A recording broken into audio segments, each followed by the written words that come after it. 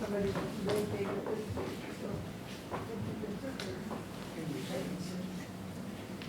Welcome everyone. I think we'll go ahead and get started. A few notes and announcements. We do have a new member here tonight joining, Amy Sass. Want to welcome her and hope she enjoys the club and welcome and thank you for joining. A few other announcements. We are still looking for mentors. We're wanting to build a pool of members so when new members like Amy come in, they can have someone that will mentor them. And we can build some long-lasting friendships that way. So if you're interested, either sign up on our Sign Up Genius online or let leadership know, and we'll make sure that that happens. We are still looking for digital coordinators for our next couple of digital competitions. On the first one coming up October 10th, our club competition, we're needing one person that will organize them, collect them, make sure that they're titled properly and so on. And we need another person that can run the software and display the images at the meeting. For the SICA competition, we basically just need someone to organize them and make sure they're titled properly for SICA. Of course, for greeters, we're always looking for greeters at the meetings to greet people as they come in and make sure that new members are taken care of and guests, and if there's any questions, you can get them answered. A few exciting things coming up on our schedule, which is all online. Our next meeting is our fire photographer meeting down at the Fire Institute. We're looking forward to that presentation. That's something we probably never had presented before, and we're looking forward to Chief Nord and what he has to say. We are having our outing to Indianapolis on October 1st. We delayed that from this past weekend. We're going to Robert's Camera, grab a bite to eat at Brew Burger, which is a great downtown burger bar, and then we're going over to Eagle Creek. So we encourage you to sign up for that. It's going to be a great day of outing with the club. As I mentioned, our digital competition is on October 10th. Categories will be creative, contemporary, or abstract, street photography, and fauna, which means pets and zoo animals will be okay for that one. 6 images max, 3 per category max. Bob Wiseman is going to talk on October 24th about portrait photography. We are going to have an outing down at Meadowbrook in the evening, afternoon and evening, in cooperation with the Urbana Park District, called Sculptures and Sunsets. There'll be a lot more details coming out on that. Let me introduce our speaker tonight, Ray Silva. He joined his first camera club as a freshman in high school. As a senior, he was the school yearbook and newspaper photographer. He was given a twin lens Yashica medium format camera. I hope I pronounced that right. Medium format camera and all the black and white film I could use, which was a mistake. You soon put a limit. He bought his first SLR camera, a Canon EOS 3, and joined a local camera club in Aurora, Illinois, where transparencies, color slides were the main mediums used in competitions. As technology advanced, he bought film scanners and eventually a Canon DSLR. He currently holds memberships in the CCC, the Georgia Nature Photographers Association, and the JWC chapter of the Audubon, which explains a lot of his nature and wildlife photos. Tonight he's going to be presenting about intentional camera movement. So without further ado, Ray Silva.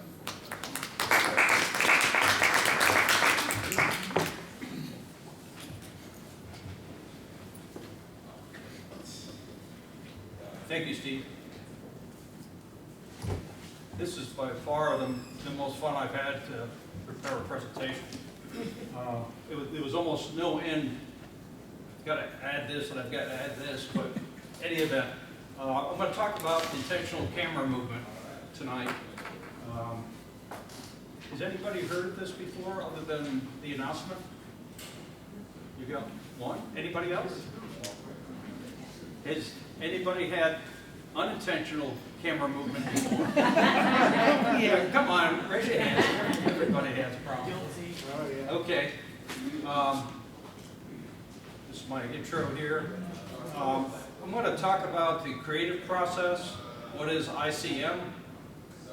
It's a process. Talk about technical pointers, the camera gear, and on-location examples.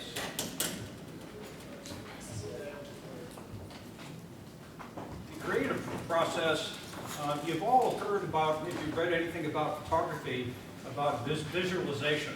You've got to pre-visualize the subject you're going to photograph, think about it, rather than just taking a snapshot and keep walking. So this is the biggest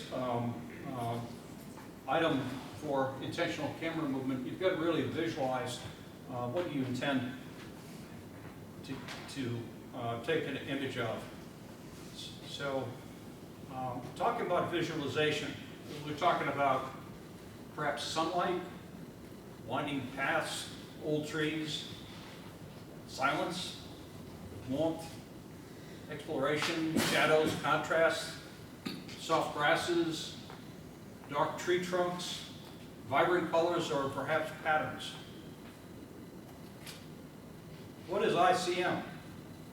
Again, how many have clicked a shutter when we're not composing a shot or accidentally fired off a digital image unintentionally?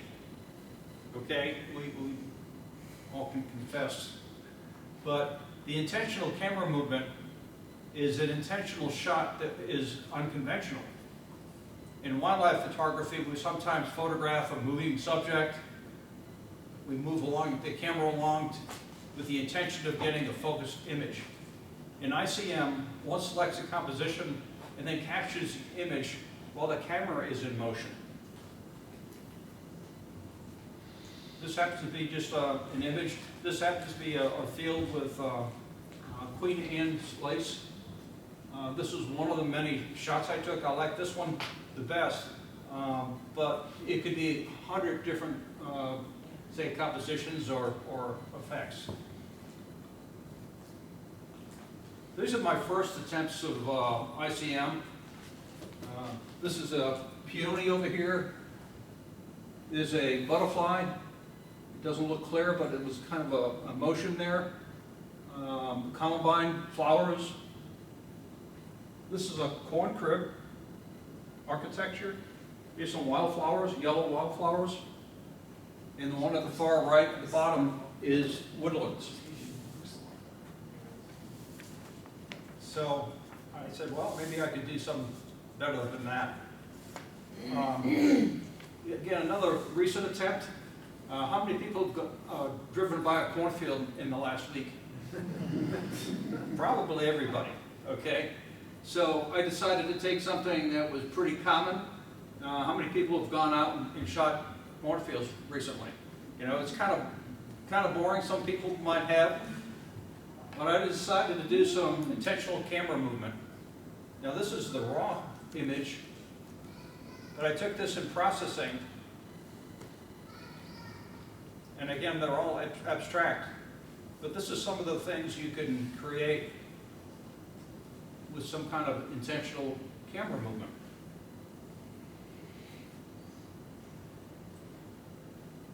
Some of these are just vertical shots. This one is not vertical, this is kind of diagonal. So just to give you a little bit of the flavor. So all that, the ones you just showed us, were they weren't post-processing? These were all ones that you did with Right. movement of your camera? Right, the original, let me go back to the original location. Yeah, this is the original stock of corn. And I didn't move, I just used a little bit different technique, camera movement. This is processed. This is processed, but this is the same view. Same image, same. Same view. Just process. These It's are a different shot, though. different shots. But I used the same camera, same lens, same setting, but I just moved it a little bit different. And decided to process. You can bring out some of the saturation there. That one's cool. Okay, so you really could stand in one place and spend all day there if you would like. But anybody can do it. But not everybody likes this. It's abstract for sure. Some people are not into that, but some people can get into it and it's kind of fun. It's just not waving a camera in the air and taking a shot. You have to understand your camera and exposure. But as you do it and repeat it, it's nicer to have it on a digital because you have instant feedback because you can look at your LCD screen. It can be extremely addictive. The shutter count on your camera will increase greatly. Be prepared by bringing a spare battery and memory card to your shoot, but don't expect to repeat that perfect image. The camera movement is unique. If you take one shot, don't expect to duplicate it because your movement is going to change no matter how much you try. There's no excuse for light if it's not good enough or if it's raining, all the better. Any casual observer using ICM technique will consider it quite strange. In fact, some people might be dialing 911 if they see you out there with the camera moving around and say, wait a minute, we got a problem here. But the ICM is a process. Don't think of it as a standalone element. Don't ever think that I'm going to go out and take an ICM image. Think about ICM and what you can bring to an image or how one can elevate one's own photography skill to capture a location or an object. It can bring something extra to an image. How does the ICM work in practice? As in a landscape, you can now ask yourself, what do you want to capture? In answering this question, you might have a clearer idea on the ICM technique you may want to consider. So what do you want to bring into focus in your eyes, in your image? Spend about 10 minutes at any location looking around, trying to get this visualization going, before you start clicking your camera. Typically, you might consider to create an image a high shutter speed, steady camera support, and sharp images. Most people are doing that now if you want to enter images into competition. This is typical. But with ICM images, the shutter speed will probably be a little bit slower than what you typically are used to. Direction of the movement of your camera or lens. The speed of the movement. Do you want to move slow or fast? Or when to press the shutter. I'm just going to review the exposure triangle here just to kind of get some basics, some understanding. You've got the shutter, aperture, and ISO on the triangle. Where your aperture, you've got, say, f/22, which is a small opening, and a large opening might be a f/2.8. But f/2.8 brings in more light. On the other hand, the f/22 brings in less light. Okay, as far as ISO, the higher the ISO, the more sensitive to light. Way on the other end, you've got an ISO of 200 or 100, it's less sensitive. In some cameras, you can actually move it down to 50 ISO. In the case of Canon, I think Nikon is a 64. And I don't know about Sony. Anybody have a Sony? And I don't know if you've ever used your camera down at the low end of the ISO scale.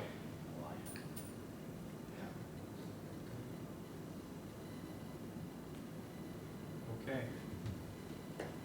So as far as the shutter goes, the higher the speed, the less light that's allowed into the camera on the sensor. the longer the exposure, the more light. But for ICM, the typical settings, you may be using somewhere around f22, 16, or f11. ISO might be 100 or lower. Or you might be using a shutter speed of, let's say, a quarter of a second to 1 second, somewhere in that range. I would guess most people don't use these settings for taking a typical image. You usually want a faster shutter speed, fastest as you can. You want to get a low ISO, but the f-stop generally might be closer to f11, f8 perhaps. In the case of ICM, you may want to use a neutral density filter or a polarizing filter to help you get the shutter speed range depending on the ambient conditions. If there's daytime and there's light, you might need a neutral density filter to reduce the amount of light going in order to achieve a quarter to 1 second shutter speed. I'm going to give you some examples in a minute, but just getting you acclimated to some of the settings. As far as the camera settings, you want to use a single shot perhaps. 2 second delay, maybe. I haven't tried that, but that's a possibility. No vibration reduction or image stabilization for the lens. Manual focus is recommended because you don't want your camera in the motion to change focus. Try lens zooming. You got a free hand or on a tripod. In lens zooming, I'm talking about if you have a zoom lens where you're taking an image and you're moving the zoom while your exposure is taken.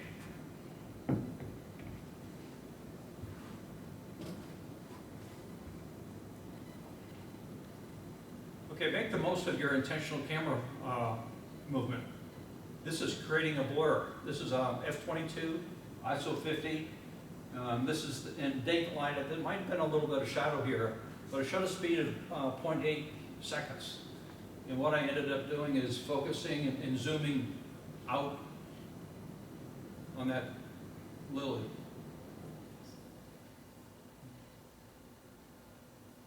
And would you believe I took it the first shot?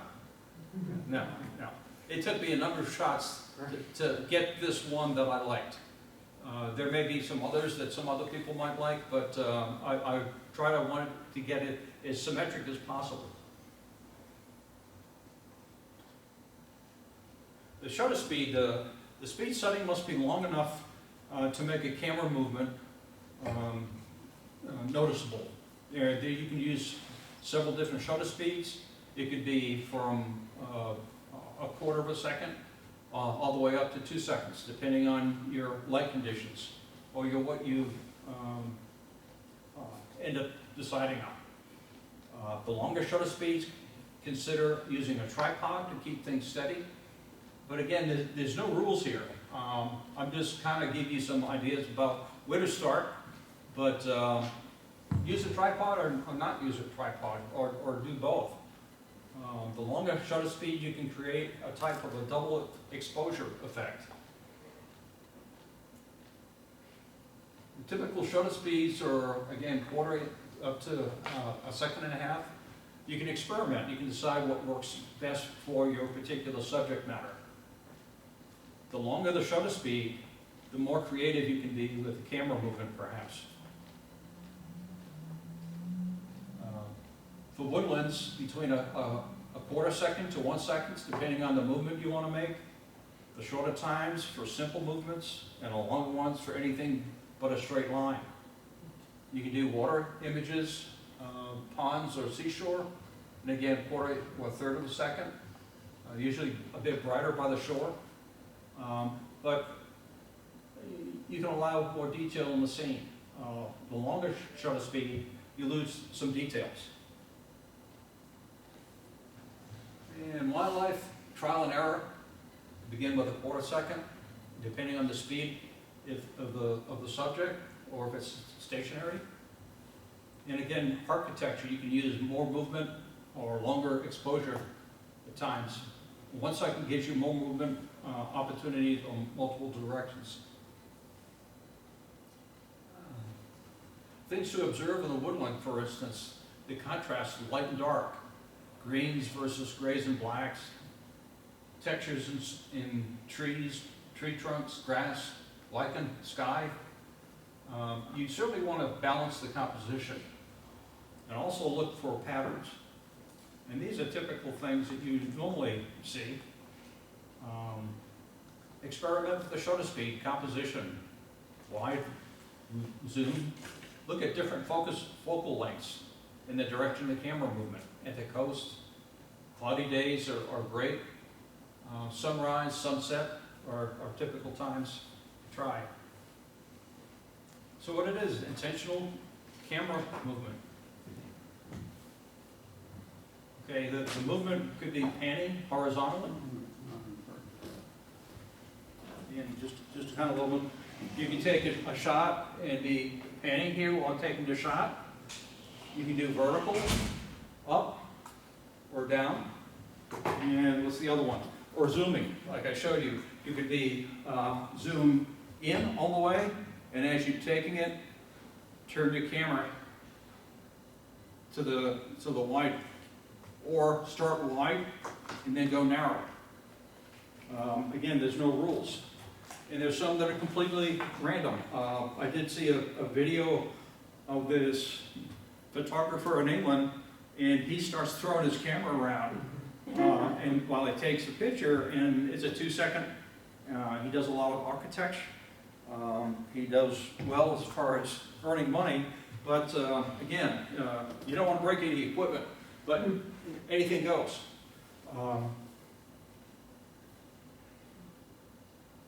Okay, panning vertically. On the left-hand side, this is some corn in the field. You can tell by the yellow here. And on the right-hand side, it's a pond with some dead trees in there. I must have taken maybe 100 shots, but every time I did, I tried to decide on where I started my image and where I ended up, because sometimes it was too much water, too much sky, or not enough. But you practice, and sometimes you get a rhythm. It's difficult to make a duplicate, but when you're panning like that, you want to stay. I'm saying what I do is I try to stay in the same area like that. I can change if I want, but I know the scene that I'm visualizing. I wanted to get this. I knew that I had a little island of grass. I had water foreground and back, and I've got trees in the back, but I wanted to capture that within that scene. So basically, I took a number of shots, and I got in a rhythm, in a pattern, and I kept on doing it until I got something that I was happy with, or something that I felt that I could print. Okay, so that's panning vertically, so that's going side to side. Or, no, I should say, get you confused. I got myself confused. But panning, I pan up and down vertically. Okay, so this is vertical, obviously. This is vertical as well. You can tell by the trunks of the tree. You see kind of a blur going up and down. Now, here's some more vertical panning. And again, I took a number of shots until I got something that I thought I liked. And some of these are pretty much abstract, like this one here, but the one on the right and this one here, it has a little more definition. You probably get a sense of what the scene is like. I call this woodlands. Here's some more woodlands. This is in the Smokies. I did this last fall. And it's going to be a great time coming up in the fall, getting trees in the color. But on the right was a shot that I zoomed in a grove of trees to get that effect. And the one on the left, I pan vertical. Now, how many people like the one on the right better? Okay, how about the one on the left? There's a few, yeah. Everybody has a different, an opinion, but I like both of them. But it gives you an abstract, but you know, you can go out in the woods and take a picture of the stand of trees, and they're pretty, but there's 100 people in vacuum taking the same shot. You know, do something different. What makes sense? This is in the same area. I just turned around. Here's the woodland on the left-hand side. There's a little bit of a blur there. You can tell it's fall. You can't see the images of the leaves. They're not defined well, but you can tell it's fall. But you have the tree trunks. Some are light and some are dark, but it gives you a nice pattern, I think. Now, the one on the right is in that same area, but I decided to zoom in on that. But the leaves, some of them are still in the trees, some of them are on the ground, but you can see the patterns. I like the left, it gives a painterly look to it. It does, doesn't it? Yeah. In fact, some people say, oh yeah, it looks like it's painted. Well, I don't know if that's a compliment or not, but any event, as long as they like it. I call this wildlife, but I knew there was a egret in the swamp area, and I wanted to catch him, and he happened to be flying a bit, so I was able to get him, and it's kind of a subtle, but on the right-hand side I did a vertical, but there's some tree swallows in the branches there. You can barely see them, but they're there. I put in the category of wildlife.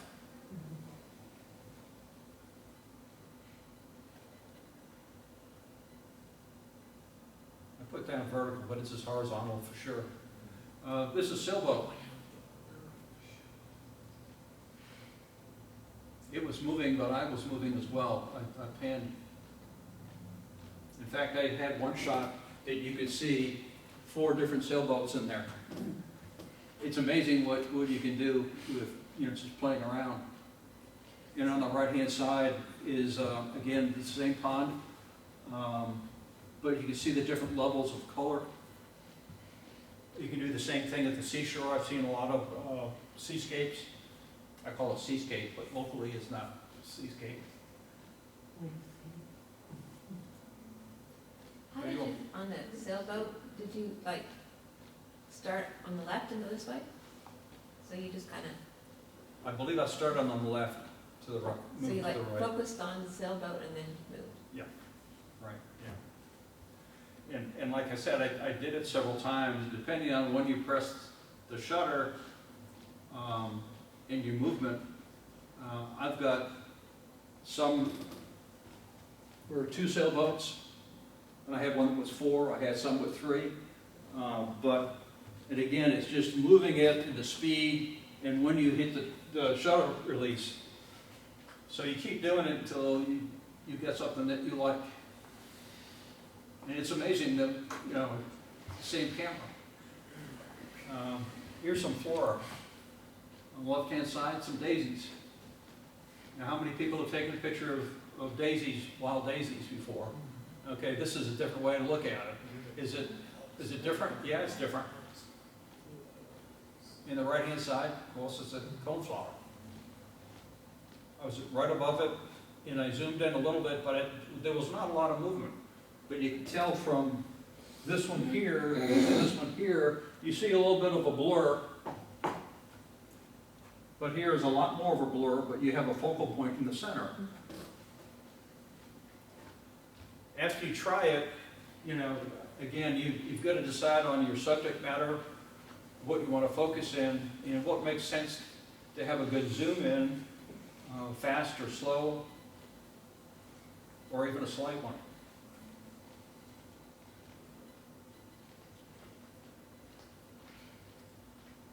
Painting horizontal and vertical. And again, here's some, I don't know if these are, I don't think these are hosta, but they could be hosta. But it was enough to get you a sense of the leaves, the shapes of the leaves. But the movement gives you a different effect. And again, if you had 100 people take a shot of the same location, they would all look pretty much the same. But by taking, into account camera movement, you can get a sense for the flora, giving it a little bit of a blur. The one on the right was just a vertical, and this was a grass. And the light was hitting it just right.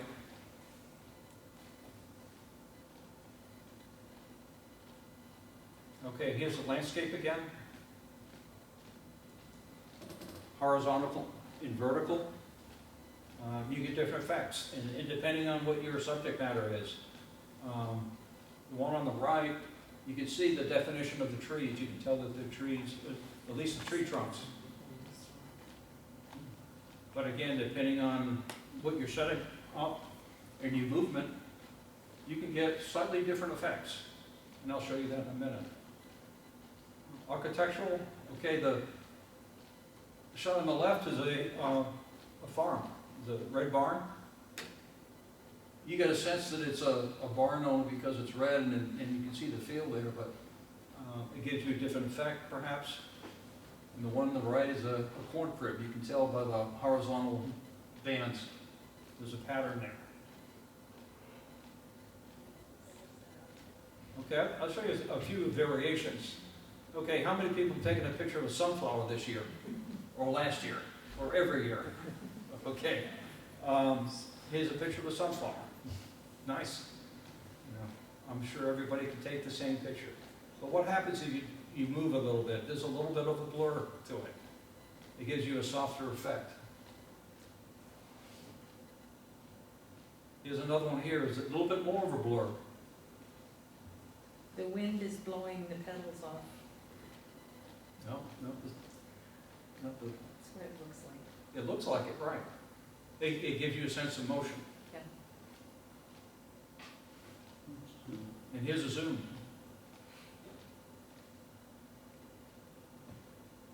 I was printing these out and I was thinking about Vincent van Gogh.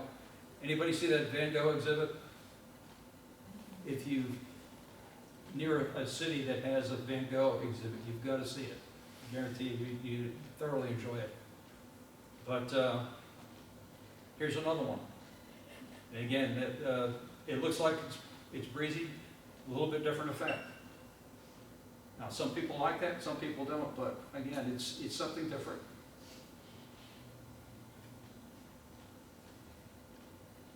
Here's a field of sunflower.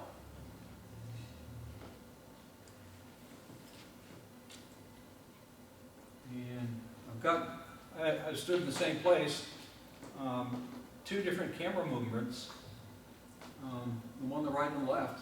And how many like the one on the right better than the left? Some people do. How about the left? Yeah. It's kind of split, but they're two different effects.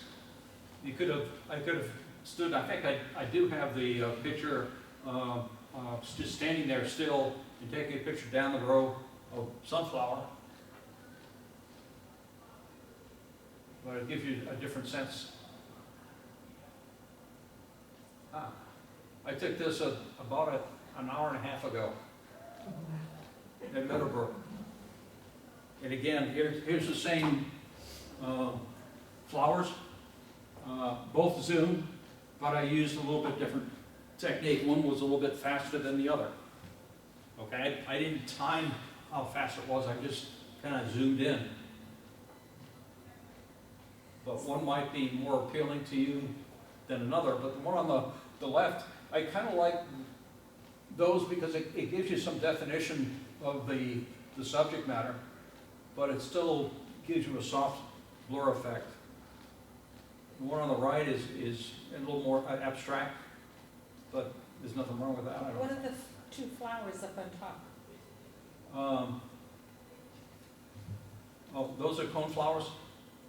That really sets, I think, that really sets the picture up, because that's got another visual that you can see it. Uh-huh, I Yeah. like that one. yeah. That's cool. And here's another coneflower, again, zoomed in. I centered the flower. On the right-hand side, I don't know the name of the flower, but again, it's zoomed in, or zoomed out.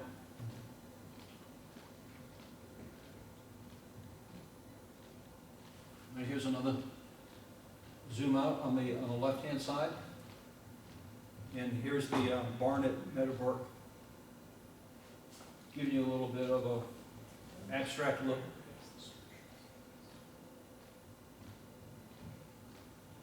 But the tips I want to leave you with is typically if you have a 2 to 6 stop neutral density filter, we'll give you some leeway as far as setting up your camera exposure. Manual settings, ISO 100, shutter speed about 1/5 of a second, 2 seconds. You adjust it as you need to on site. You try a few and then make your adjustments. And again, it goes back to this exposure triangle. Understanding your camera and use its capabilities. You don't need a special camera. A digital will do. Doesn't have to be fancy. Doesn't have to be a fancy lens. Just anybody could do it, really. The subject has to have a good, strong contrast.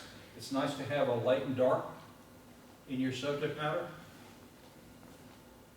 The movement, you move the camera with the subject.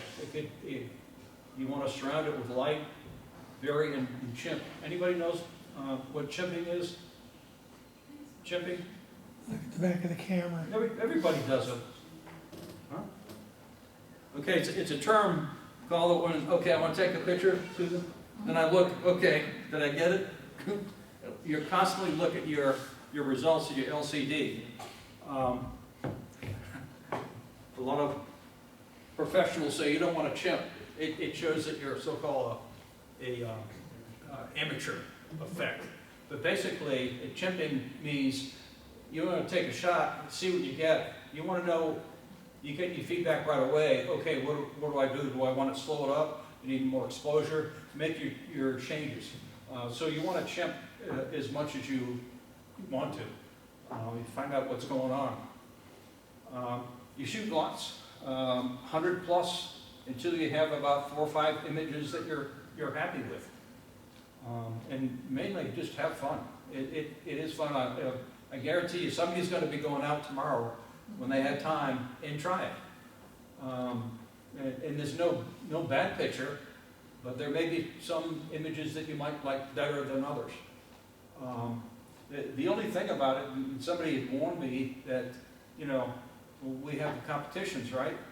And then somebody may very well have an image in your competition. If your judges aren't into this ICM, I don't like it, then you're not going to get a good score. So be aware that although you might like it, a lot of people might like it, the judges might not. They might downgrade you. But shoot because you want to and you have fun and you enjoy it. But don't expect all the judges are going to say, wow, this is great, you know, it looks like a Van Gogh. But do it because you like it and enjoy it. And again, it's something different. This is another woodland. Anybody see the blue heron in there? Right in the middle, right. Yep. Okay. He was standing on a log for the longest time. So I tried a number of times to get a good a woodland shot of wildlife. And again, it's tough with getting wildlife, period, but to get it with the camera movement is even difficult. And again, this is a telephoto lens. You can use a 50 millimeter, a wide angle zoom. You don't have to use a zoom, but you can use about any lens you want. You know, 70 to 200 or 300, you know, and again, this is a telephoto lens. But it's a matter of just adjusting. Use some neutral density filters if you need to get down to the half a second or 1 second time that you need to get significant movement and a good capture without overexposing. Yeah, use all the extreme edge of your camera to get the shot that you're going to be happy with. Okay, that's it. Any questions or comments or? I understand when you, in shooting, do you still bring the shutter down a half a stop to get it focused? And No, to be honest with you, I back button focus, so if there's a subject there, I'll focus on it, okay? And then after that, I don't refocus, I just shoot. Some say put it on manual, set a manual, get an adjustment of a focus, and then take your picture. Because at the end of the day, it's not going to be in focus anyways. what about the exposure? When does it calculate the?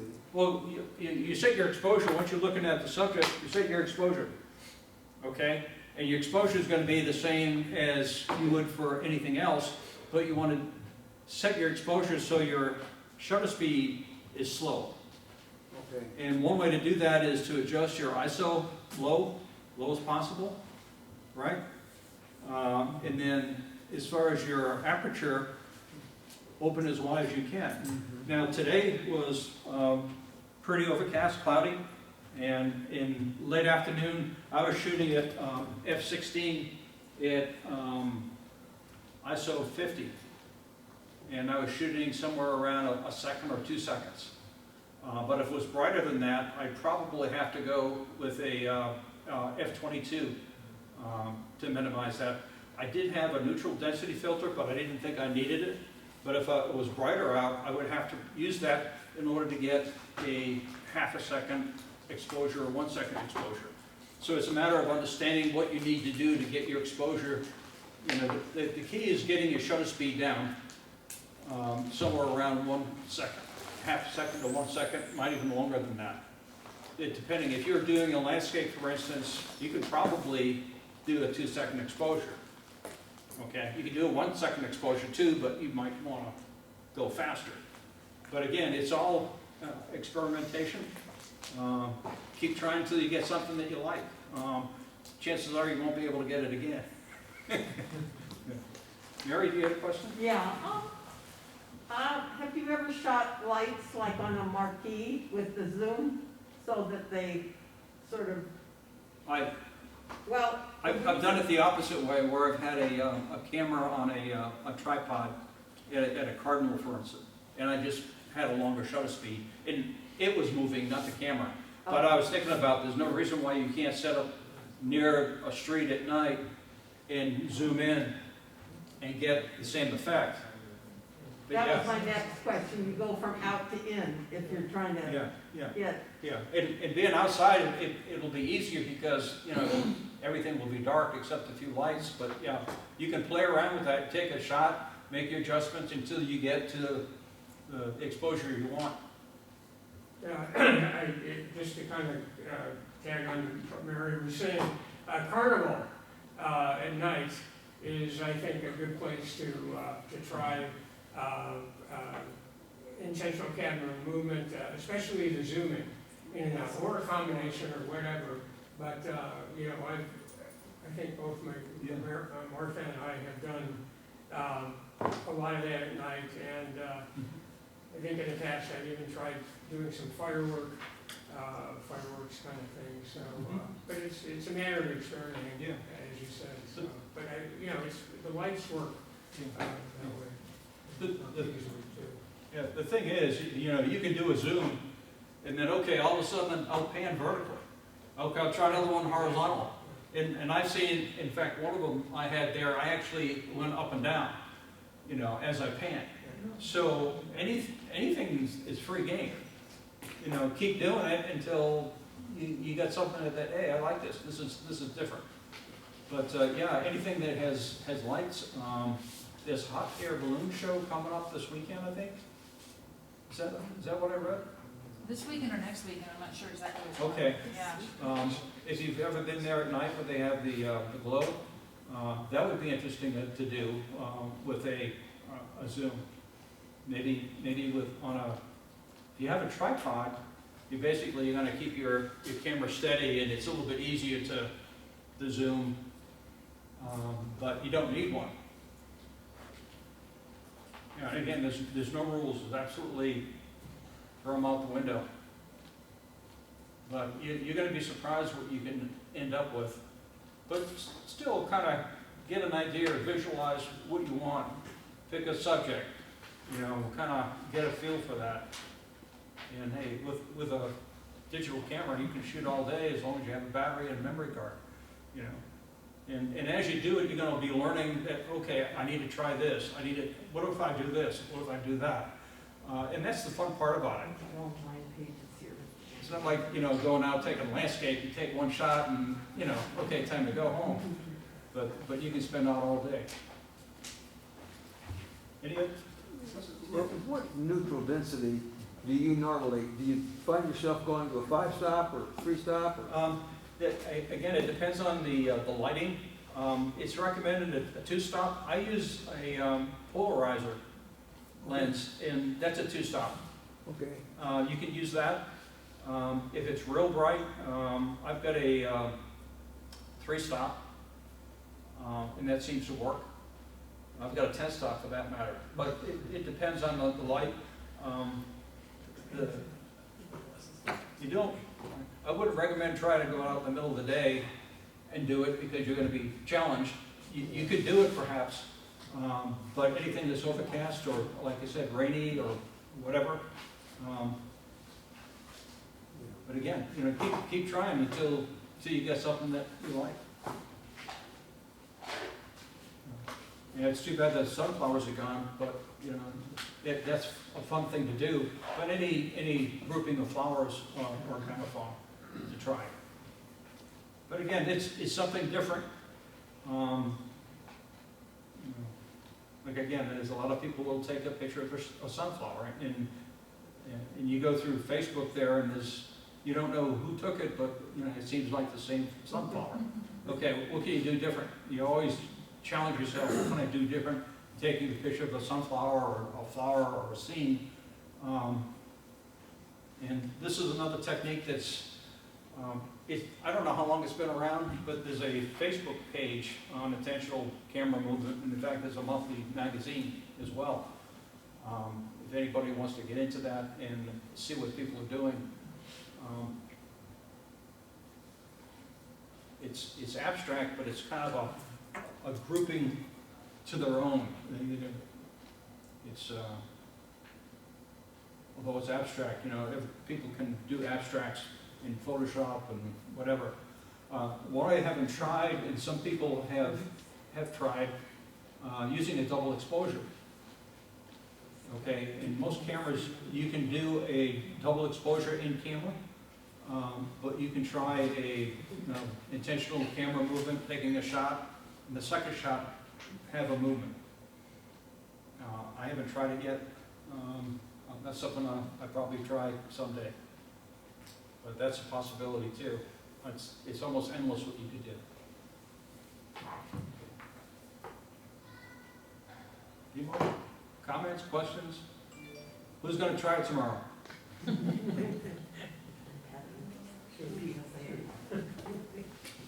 Okay then. Thank you. I've got several copies of the club membership list if people like to have paper at their house, so I'll pass them around. Okay. Yeah, take one and pass them around. I've also got the invitation for the fall salon, all 9 pages of it, so, Okay. Yeah. Okay, we'll find out what it is. if we have any questions about the fall salon.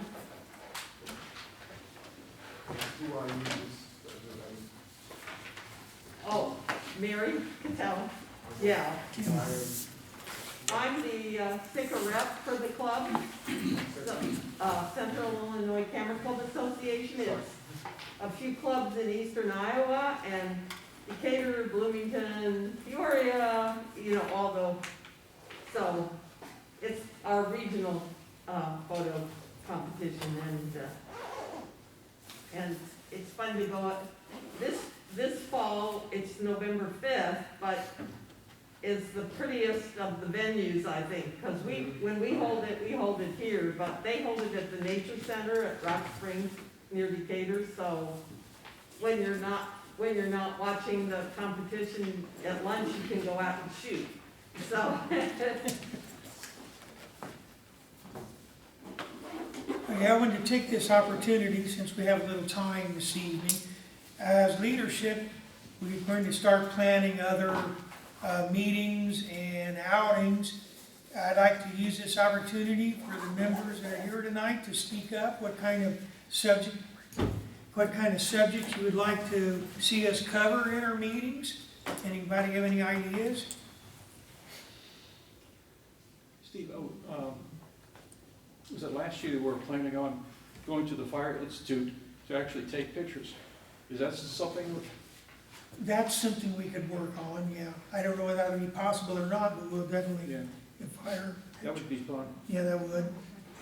Couldn't we ask on the night of the fire, that we're out at the Fire Institute for the fire? We could, it might be better to do that separate though, since there's be a lot going on that night with having the guests and everything, but, Yeah, it's a Yeah. different contact anyway. yeah, we'll check up on that. Because the guest speaker's from Chicago, right, so Right. He wouldn't know anyway. Right. Yeah. He's the chief of the Lions Fire Department, which is in the Chicago area. Any other ideas for subjects or outings? I'd like to hear, you have a presentation or a topic discussed on how we get our photographs printed, or if you print them yourself, or if you have them printed by a third party, and how you do it. And Okay. Steve, I know you know a fair amount about that. You can either lead the discussion or do Okay. a presentation. Printing and mounting. And mounting, that definitely would fit that. It would be nice if Jim Lung could come on the night, because he prints them off on his printer, but Do he you have? also No, mounts. it didn't make it to the back. Oh, yeah, that's. You can Yeah, have. okay, processing, yeah. Because that's a little different. Yeah, there is a little- I don't really know what the Right. difference is. Yeah, I was mentioned up front here about also in that line, how you might process a photo different for printing. You might have to saturate it a little more, color might be a little different, so, yeah, that's a good point. Anything else as far as subjects? How do you sign your pictures, or how, are they all signed? Like watermark, Like, yeah, Signatures. there's a lot of different ways to watermark it, but How to create a watermark. yeah, you can do creative watermarks, you can hire someone to do a fancy one, you can do them yourself, I mean, there's a lot of different options. Typically, the programs will give you an opportunity to watermark it, and you can either use just a generic one or one that you've created. You can do text or graphics. So that could be a topic. Yeah, watermarking would be a good topic.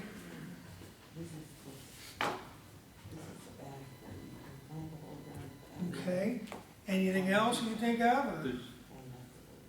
I don't know if this group's ever been to the Miller Park Zoo in Bloomington. Miller Park Zoo is a trip.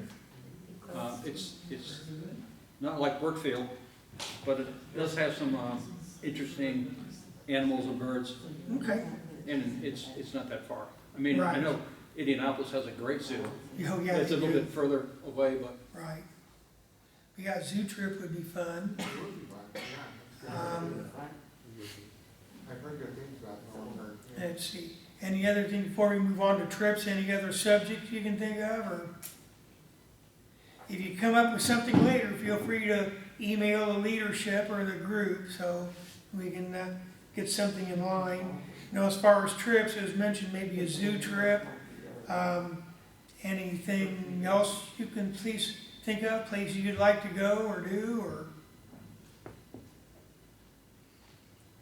And as of right now, we have a November trip planned. We didn't do it last year, whether the birds didn't cooperate, but we're gonna give the sandhill cranes another shot, where we'll go see the bison on the way up and then see the sandhill cranes come in the evening. So, and we're gonna try to do it a little earlier in November. We might not see the peak amount of cranes, but I think we'll be a little better off as far as weather. Mhm. Last year, the roads were icy. I didn't want to risk anybody. You know, we're typically in December, we do a Christmas light outing. Last year we went to Allerton Park. There aren't a lot of places I'm aware of that will let you walk through. So if anybody has any ideas about places where our club can walk through and see lights, we're open to it.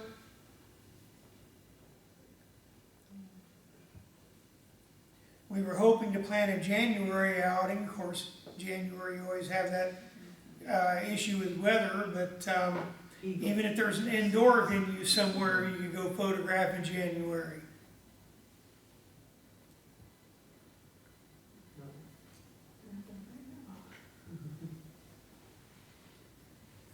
February, we may try to do the Eagle trip again. That was fun. Ray can lead it, or whoever. Yeah. He seems to know the good spots. Yeah, I've got a planned trip the third week in February with another group that's coming Right. out for it. Well, we won't get to it that week anyway because of the Best in Show.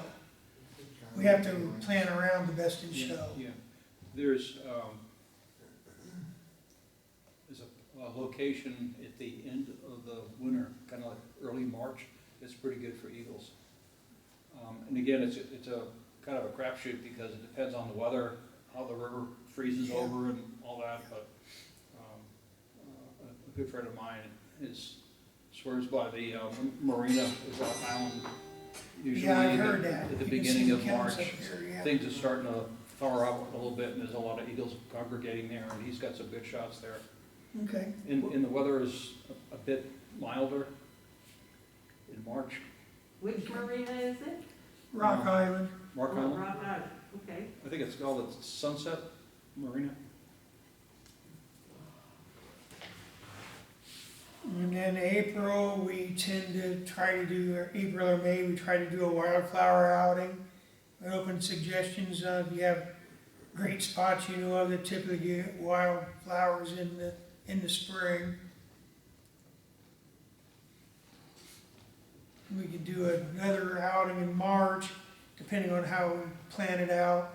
Try to do another bird migration, maybe not necessarily Emiquon this time, but there's a lot of areas that have real good bird migration counts. We could go for a nature shoot. So.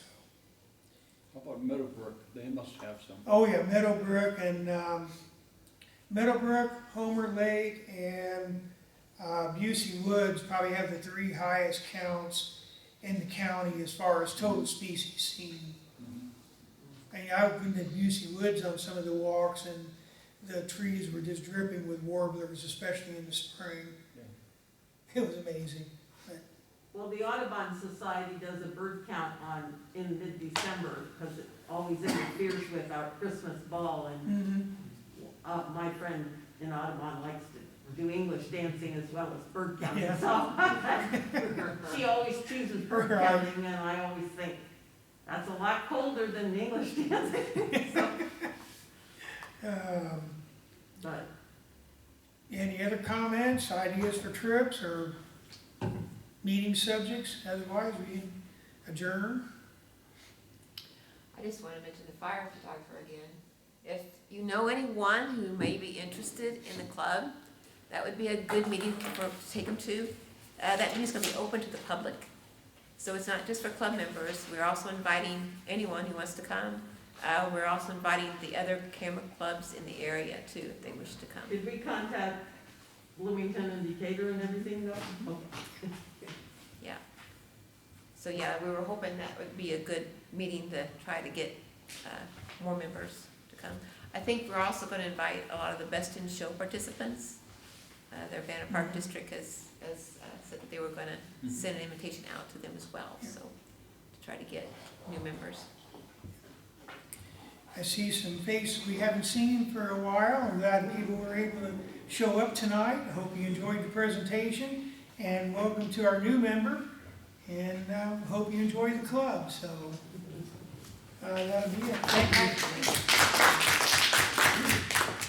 Russ, how you doing? Good. Well, hang in there. I'm good. Good battle. So when are you